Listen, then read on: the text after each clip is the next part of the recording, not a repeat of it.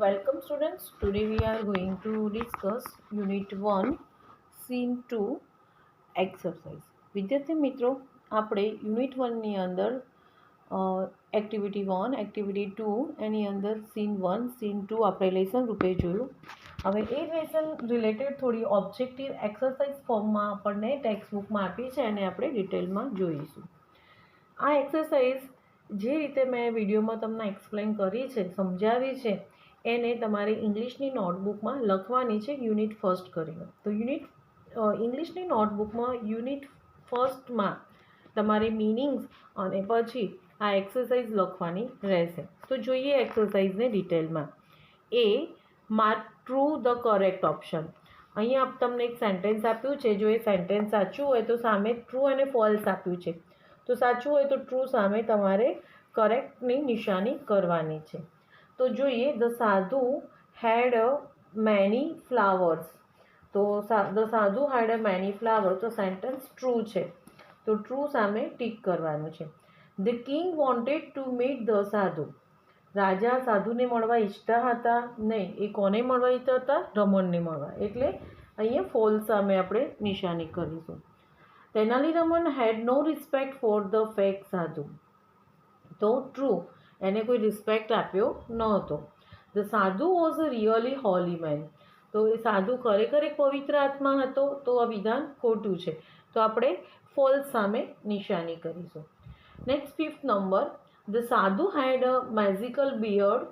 તો સાધુની જે દાઢી હતી એ ખરેખર જાદુઈ હતી. તો આ વિધાન ખોટું છે. તો આપણે ફોલ્સની સામે ટીક કરીશું. Next 6th number, Tenali Raman really wanted to go to heaven. શું તેનાલી રમણ ખરેખર એ સ્વર્ગમાં જવા માટે ઈચ્છતો હતો? તો આ સેન્ટેન્સ ફોલ્સ છે. નેક્સ્ટ જોઈએ, ધ સાધુ made the villager a rich main. સાધુ ગામના લોકોને ખરેખર પૈસાવાળા બનાવતો હતો. તો આ ખોટું છે. એ ગામના લોકો પાસેથી કોઈન અને ગ્રેન્સ લેવા માટે, સારી સારી ગિફ્ટ લેવા માટે એ ખોટી માન્યતાઓમાં લોકોને ભેળવતો હતો. તો આ વિધાન ખોટું છે કે ધ સાધુ made the villager a rich main. તો સેન્ટેન્સ ફોલ્સ છે. તો આપણે ફોલ્સ સામે ટીક કરીશું. તો આ રીતે આપણે જે કાંઈ સેન્ટેન્સ લખવાના છે અને નીચે ટ્રુ એન્ડ ફોલ્સ કરવાનું છે. અને પછી ટ્રુ સેન્ટેન્સ હોય તો ટ્રુની નિશાની, ફોલ્સ સેન્ટેન્સ હોય તો ફોલ્સની નિશાની કરીને લખવાનું છે. હવે એક્સરસાઇઝને આગળ ડિટેલમાં જોઈએ. 8 નંબરની, the king કેર્ડ for his people. જે રાજા એ ખરેખર લોકોને ચાહતો હતો. તો સેન્ટેન્સ ટ્રુ છે. ગુડ સાધુ always accept money for there service. શું સારો સાધુ હંમેશા એની સેવા માટે પૈસા લે છે? તો આ વિધાન ખોટું છે. તો આપણે ફોલ્સ સામે નિશાન કરીશું. ધ કિંગ ટ્રસ્ટેડ તેનાલી રમણ. કિંગને તેનાલી રમણ પર વિશ્વાસ હતો. તો હા, વિધાન સાચું છે. નેક્સ્ટ જોઈએ આપણે 11. Will you go to sadhu to get good marks in the exam. Will you go to sadhu to get good marks in the exam.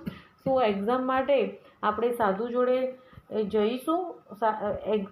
એક્ઝામનું સારું રિઝલ્ટ એટલે કે સારા માર્ક્સ મેળવવા માટે આપણે સાધુ જોડે જઈશું?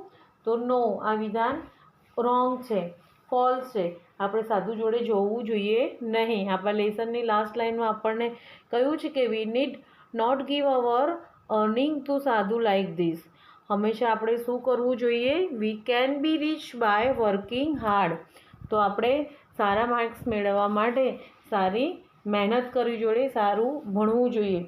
તો આ રીતે એક્સરસાઇઝને તમારી નોટબુકમાં લખવાની છે. આપણે એક્સરસાઇઝ એ જોઈ. હવે બી જોવાની છે. એક્સરસાઇઝ બીમાં કહ્યું છે કે હુ is this sentence about. Who is this sentence about, કે આ જે સેન્ટેન્સ આપ્યું છે એ કોના વિશેનું છે? તો એ જેના વિશેનું છે એનું આન્સર ફોર્મમાં એનું નામ લખવાનું રહેશે. તો વિડીયોમાં જે રીતે એક્સરસાઇઝ મેં આપી છે એ રીતે તમારે નોટબુકમાં લખવાની રહેશે.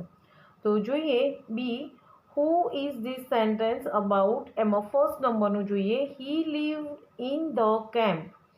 હી લીવ ઇન ધ કેમ્પ. તે કેમ્પમાં રહેતો હતો. તો કોની વાત થઈ રહી છે? જે આપણો લેસન રિલેટેડ છે. તો સાધુ. નેક્સ્ટ સેકન્ડ નંબરનું જોઈએ, he took out coins from his pocket. તો તો એના પોકેટમાંથી કોઇન્સ કાઢે છે તો કોણ? Villager 2. He rushed to the sadhu, તે સાધુ તરફ દોડીને જાય છે તો કોણ? તેનાલી રમણ. 4th નંબરનું છે he wanted to discuss the new road project, તો ન્યૂ રોડના પ્રોજેક્ટ માટે કોણ ડિસ્કસ કરવા માંગતું હતું? તો the king. He produce coins and fruits from the air, તો એ કોઇન્સ અને ફ્રૂટ્સ એરમાંથી ઉત્પન્ન કરતો હતો તો કોણ? એ sadhu. He plucked the first hair from the sadhu's beard, તો એ કોણ? એની દાઢીનો વાળ કોણ તોડે છે? તો તેનાલી રમણ. હી કેમ ફ્રોમ ધ હિમાલયાઝ, તે હિમાલયથી આવેલો છે તો કોના વિશે છે? સાધુ વિશે. હી 8 નંબરનું સેન્ટેન્સ જોઈએ. હી ટુક અવે ધ સેક, હી ટુક અવે ધ સેક, કે એને શેક એટલે કે કોથળો, એને એ કોથળો લઈ લીધો. કોને? તો સાધુસ આસિસ્ટન્ટ, સાધુનો જે મદદનીશ છે એની સાથે કામ કરનાર, એની વાત થઈ રહી છે.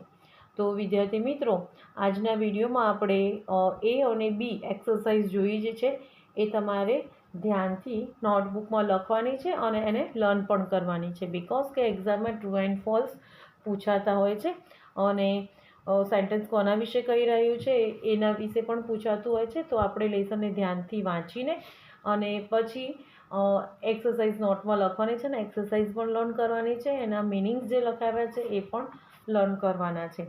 તો આ રીતે એક્સરસાઇઝ ફરી રિપીટ કરું છું કે ઇંગ્લિશની નોટબુકમાં લખવાની છે. હવે આગળ આપણે જે સી જે છે, આન્સર ધ ફોલોવિંગ ક્વેશ્ચન્સ જે છે એ આપણે નેક્સ્ટ વિડીયોમાં જોઈશું. પણ જો તમે લેસનને ધ્યાનથી રીડ કરશો, એનું ટ્રાન્સલેટ કરશો અને આટલી એક્સરસાઇઝ ધ્યાનથી લર્ન કરશો તો આન્સર ધ ફોલોવિંગ ક્વેશ્ચન લખવામાં આપણા માટે સો વેરી ઇઝી રહેશે.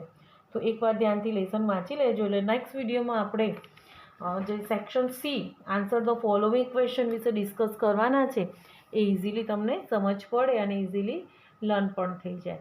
ઓકે, આજના વિડીયોમાં અહીં સુધી, આગળ જોઈશું નેક્સ્ટ વિડીયોમાં. Okay, thank you.